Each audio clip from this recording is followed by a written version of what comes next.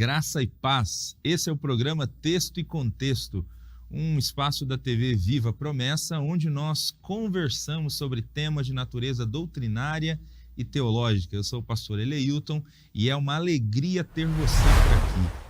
Caminhando aqui um pouco mais, eu queria que a gente conversasse um pouco agora sobre uma sugestão de texto que foi enviado para a gente pela irmã Elaine Bispo, da IAP do Jardim Aeroporto. Ela sugeriu que a gente comentasse sobre Mateus, capítulo 24, versículos do 41 até o 43. Esse texto fala de pessoas sendo deixadas e outras sendo levadas, né, por ocasião da vinda do Filho do Homem. Então ela sugere que a gente comente, né, esse texto aqui da Escritura Sagrada, né?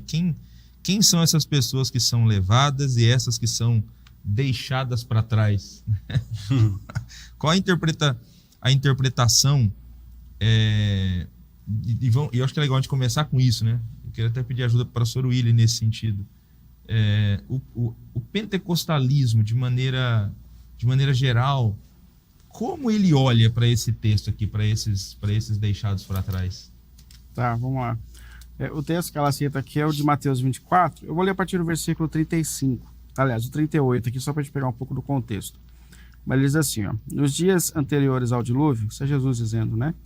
O povo vivia comendo e bebendo, casando-se e dando-se em casamento, até o dia em que Noé entrou na arca, e eles nada perceberam, até que veio o dilúvio e os levou a todos. Assim acontecerá na vinda do Filho do Homem. 2 homens estarão no campo, um será levado e o outro deixado. 2 mulheres estarão trabalhando no moinho, uma será levada e a outra deixada. Vou ler até aqui. Bom, a gente percebe que alguns cristãos, eles entendem que esse versículo se refere a um arrebatamento, conhecido às vezes como um arrebatamento secreto, né? Então a ideia é de que em algum momento o Senhor vai tomar da terra aqueles que pertencem a Ele. Eles serão arrebatados, tirados dessa realidade. Daí que vem esse contexto, né? Um fica, 2 estarão trabalhando, de repente um dos 2... Um elevado. Parece um susto, né? É um susto. Desapareceu. Sumiu. Como se nós estivéssemos gravando aqui, um de nós sumíssemos agora, né, e descobríssemos quem de fato é do Senhor, né? Tomara que não seja o apresentador, senão a gente vai saber. Senão a gente vai ficar sem condução aqui pro programa. Mas, e normalmente, um dos textos, além desse texto de Jesus, dessa expressão de Jesus, um dos textos usados é o do apóstolo Paulo, né? Quando ele escreve aos Tessalonicenses ali no capítulo 4, naquela agonia da igreja em relação à volta do Senhor, porque a expectativa é de que ele voltaria imediatamente, né? E ele não voltou, e então Paulo tem que escrever para aquela igreja para organizar essa inquietação no coração dos irmãos. E Paulo fala, né? Ele organiza, não foi exatamente dessa forma, mas em um momento ele fala que aqueles que pertencem ao Senhor serão levados aos ares para encontrar com ele.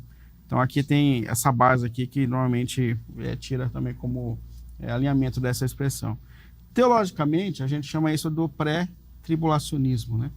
Porque a Bíblia ela fala no contexto do final dos tempos que, a gente já conversou bastante sobre isso no contexto, mas que existirá um momento de intensa perseguição, um momento muito difícil, né, na terra, de juízo de Deus, de perseguição em relação à igreja. E uma das discussões que a gente tem é onde estarão os crentes nesse momento? Eles estarão participando desse momento difícil da história ou Deus os livra antes? Dentro dessa confissão de fé, antes de chegar a esse período de grande tribulação, nessa visão, Deus tira eles antes desse período.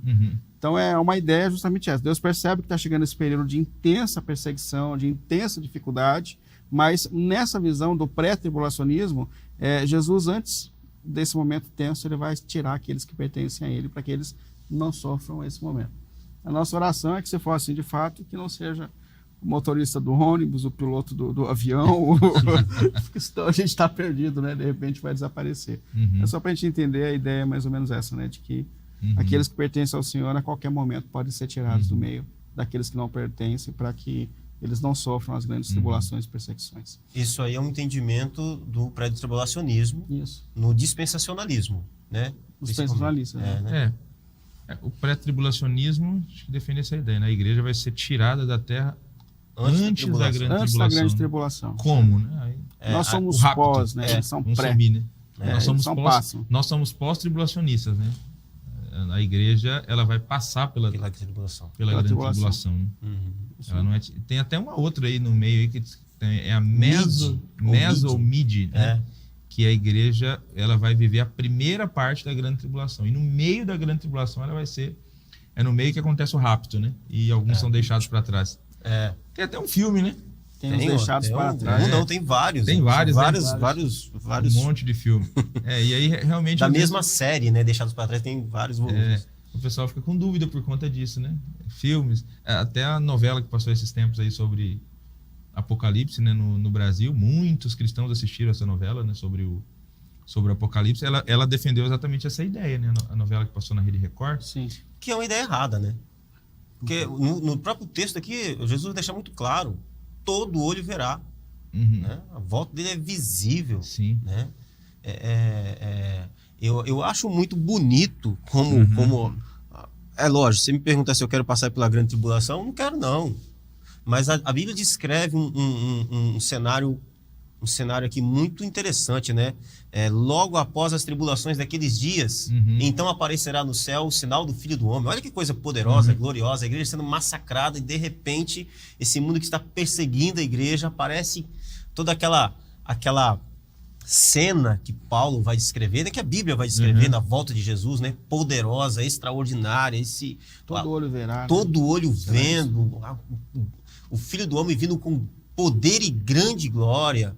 Olha que coisa. Eu acho essa volta de Jesus, assim, que ele desaparece, uma coisa tão covarde, tão esquisita, né? Pequena para a grandiosidade, né? Daquele dia, para o evento da volta de Jesus, né? E como a gente entende, então, Pastor Kennedy, esses levados e deixados que aparecem no texto? Qual a maneira da gente compreender, então, esse texto de Mateus, né? Já que essa ideia do rapto secreto é equivocada. Sim, então aqui é no mesmo texto que o pastor Willy trouxe aqui, né? Porque Jesus fala, né? E aqui às vezes há um pouco estabelecida a crença desse rapto, né? Porque Jesus diz no verso 40, né? Então 2 estarão no campo, um será tomado e deixado o outro. Não é difícil da gente entender aqui. E Jesus vai usar como exemplo anteriormente, no verso anterior, ele fala sobre Noé, né? Ele vai dizer... Porquanto, assim como nos dias anteriores ao dilúvio, comiam e bebiam, casavam e davam-se casamento, até o dia em que Noé entrou na arca, e não perceberam, senão quando veio o dilúvio, levou a todos. Assim também será a vinda do Filho do Homem. Ele está falando da sua volta. Ele está dizendo, olha, quando eu voltar, eu vou encontrar um mundo que vai estar vivendo no mesmo estilo de vida, na mesma dinâmica do tempo do dilúvio, né? Aí ele vai usar a expressão, né? 2 estarão no campo, um será tomado e outro será deixado. Ele está dizendo, as pessoas vão estar vivendo as suas vidas comuns, normal. O que é estar no campo, né? É estar trabalhando. Então você vai ter gente trabalhando normalmente, né? Você vai ter gente tirando férias, você vai ter gente, enfim, vivendo a sua vida normal. Agora, quando ele fala que um será tomado e outro será deixado, ele está falando daqueles que foram salvos, né? Ele está dizendo, olha, a mulher que creu em Jesus como o Senhor e Salvador da sua vida, ela será tomada. O marido que não creu vai ficar, né? No tempo de Noé foi a mesma coisa. A Bíblia diz, o texto diz que o dilúvio veio e levou a todos, mas levou a todos? Não levou a todos. Noé e a sua família entraram na arca. É até interessante pelo contexto aí que, pegando a imagem da época de Noé, né? Quem foi levado é quem ficou, né? Exatamente. Sim. Quem foi levado, no caso da época de Noé, foram os ímpios, né? Eles foram levados pelas águas. E o deixado foi a família de Noé, né? Sim. Exatamente. Então, a gente até... essa ideia do rapto, né? O levado é o bom, né? O levado é o justo, né? E o que é deixado é o ímpio. Sim, inverteu aí. Mas na história de Noé é o contrário. É verdade. Então, assim, o que Jesus está dizendo é simplesmente isso. Olha, quando eu voltar, eu vou encontrar gente. É a parábola das virgens que ele vai contar aqui nesse mesmo contexto. Ele fala de 5 virgens prudentes e 5 virgens imprudentes. Ele está dizendo o seguinte, quando eu voltar, na minha volta, eu vou encontrar gente pronta para gente servindo, porque o contexto das virgens ali é um contexto de serviço, né? Eu vou encontrar gente servindo e pronta para servir, e vou encontrar gente que foi chamada para servir e vai estar despreparada e vai ficar. Então eu vou encontrar gente que eu vou levar, gente que creu no evangelho, e vou encontrar gente que não vai porque não creu no evangelho, não está pronta, não deu ouvido à voz do evangelho, ficou. A posição de Jesus aqui é muito simples. É lógico. Primeiro aqui já quebra o universalismo. Né? Nem todo mundo vai ser salvo. Vai ter gente que vai ficar. Né? Então é isso que Jesus quer dizer com essa expressão. Né? Isso aí. Então, pessoal, nada de cantar o mercado está vazio. Clássico, né? Geralmente o pessoal só canta a parte do refrão, né? O rei está voltando, o rei está voltando. Né? O problema do mercado vazio é que se o mercado está vazio é que você não foi, né? O pessoal que era já foi. É verdade. É a visão de quem ficou, né? É a visão de quem ficou, né? Ficou só eu na gravação hoje. Mais um argumento para não cantar. Não é muito bom. Mas é isso. Muito obrigado, então, aí a nossa irmã Elaine Bispo, né, da igreja do Jardim Aeroporto, que nos enviou essa sugestão de texto para a gente comentar aqui no programa Texto e Contexto.